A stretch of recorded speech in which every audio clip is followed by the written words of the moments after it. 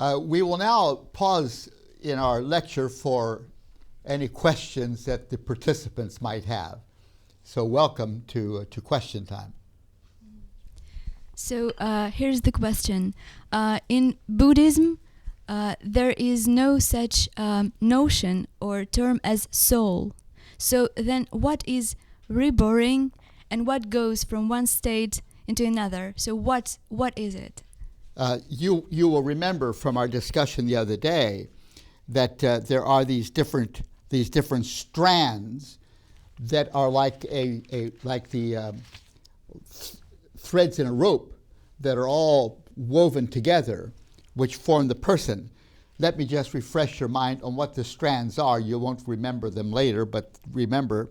What are these strands? First is matter. That's your flesh and blood, matter. Next is sensation, feelings. The next is perception, what you see, what you perceive.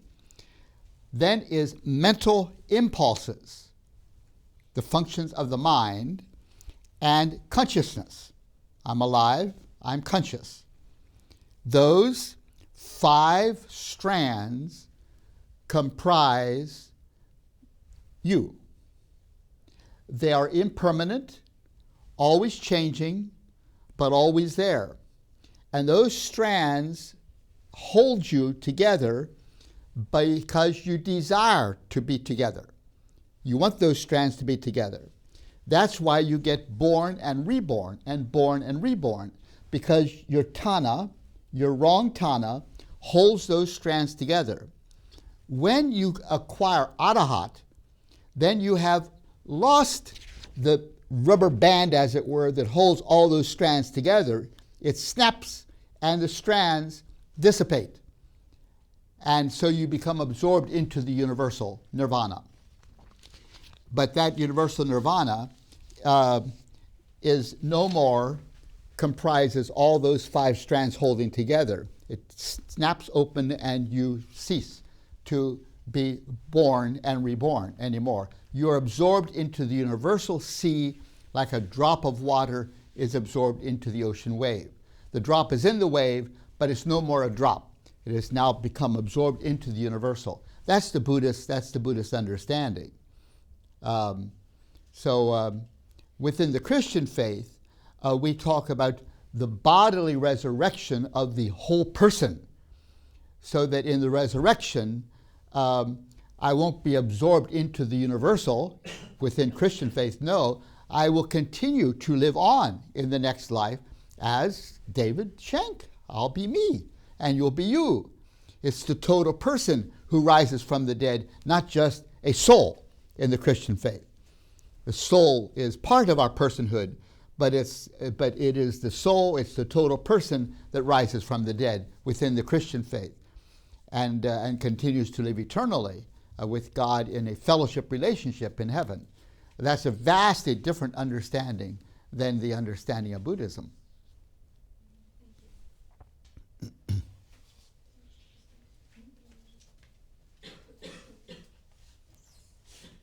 We'll now go to another question. A very excellent question. I'm glad you raised that, because I'm sure many hearing this lecture will have a similar kinds of questions. I wanted to ask, why do we call Buddhism a religion if the Buddhists believe that there is no God? All right. When we began this course, we talked a little bit about our definition of religion. And in that definition, we recognized that some religions, particularly Buddhism, but Confucianism as an ideology also, do not believe in a creator God. And yet they function as religiously, you might say, in the sense that they have some awareness, some recognition of what we called the mysterium. The mysterium is a broader term than God, but it is a recognition that there are people who might not believe in God, and certainly don't believe in a personal creator God of the Christian faith. There are people like that, but who nevertheless are religiously oriented. Maybe they worship spirits, for example, but they don't worship a creator God. Well, they're very religious people. They worship spirits, you see. And some don't worship spirits or divinities, like Buddhism, like Buddha, but nevertheless has an awareness of a mysterium, a dimension to life which is beyond expression, I guess you would say. And so we've made our description of religion quite broad to include that phenomenon among us of people who don't believe in God, but who nevertheless have a yearning for a connection with the mysterium. I think I mentioned in the class earlier on about how years ago when I was visiting Yugoslavia back in 1979, they told me that the government is now approving building atheistic chapels in the cemeteries. Well, what's that about? It's a recognition that in death there is a mysterium. What actually happens to the person after you die? And so they were building these little chapels for people to go and think about all of that in these atheistic chapels. Yes. Good question. Can we practice Buddhism if we are Christians? All right. Very good question. Or you could say, can you be a Christian and practice Hindu yoga? You know, that's a question which a lot of Christians ask. If you would talk to a Hindu about yoga, he would say, yes, of course, you can practice yoga and be a Christian. In fact, you can worship any god you want to, and still be a Hindu. Would be the Hindu answer to that. Within Buddhism, Buddha says he doesn't believe in a god, but if you want to worship a god, that's fine. So the Buddhist answer to that question would be yes, of course you can. You can follow Buddhist philosophy and be a Christian. Buddha said if you want to pray to any god, go ahead, do so. I just don't believe that there's a god there to help you, but if you want to, that's up to you. So Buddhism gives you that kind of freedom. But when you look at the essence of Christian faith, then I would need to say no, because the worldview of Buddhism is dramatically different than the worldview of the Christian faith, where we believe that there is a personal, righteous creator God who has created us, and that we are accountable to this God who has created us and sustains the universe. And when we are committed to Him, then we cannot submit to other divinities or philosophies that take us in directions different than what Jesus would take us.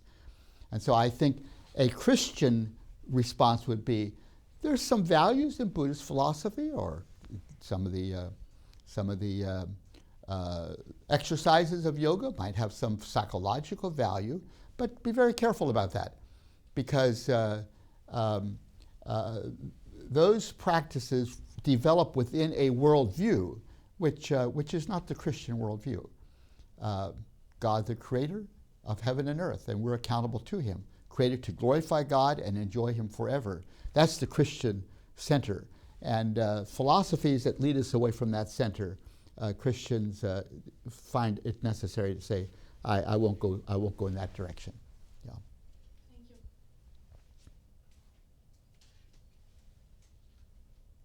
Very good. Excellent questions. TVS Seminary is a great way to invest in the kingdom of God. Please consider making a donation to support this effective educational and outreach ministry today. We exist upon your gracious giving. Please donate to support TVS Project's continuation and growth. For more information, visit tvsseminary.com. Some years ago, I was in Thailand. Several times I've been to Thailand. And I was in a bus going into Bangkok. And all at once, our tour guide in the bus stood up and she said over the microphone in the bus, "Look, there it is, there it is." And we looked out the window, and there we saw a muddy waterhole.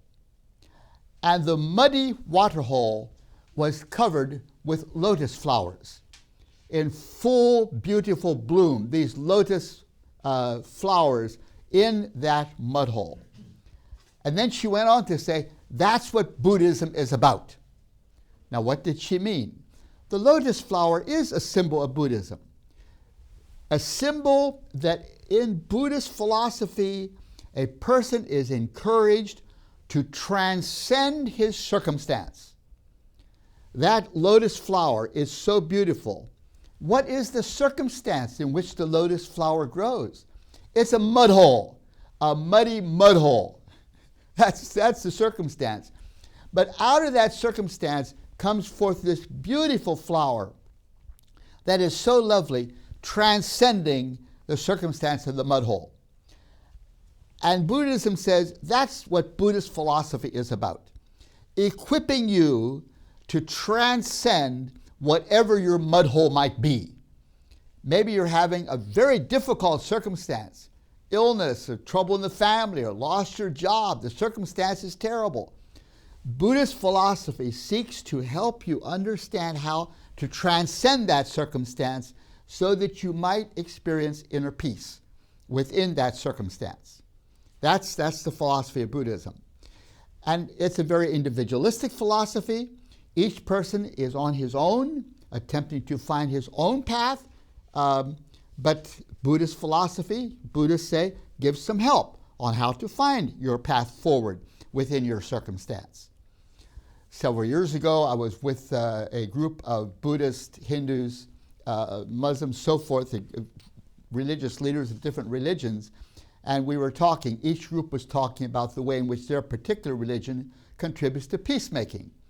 And when the two Buddhist nuns who were in that gathering spoke, this happened in Nepal, where we were having this conversation. When the Buddhist nuns spoke, they said, our commitment to peacemaking is to have inner peace. And Buddhist philosophy equips us to have inner peace, and we do not take responsibility, therefore, for society and what is happening in society and so forth. Rather, we seek to retreat and to go into the sanghas and to meditate and reflect there in the sangha that we might experience personal inner peace. That's our contribution to peacemaking, not working with the society as a whole. The lotus flower, transcending the circumstance that beauty may burst forth. That's the philosophy of Buddhism as it thinks about peacemaking in the world in which the Buddhists live and survive.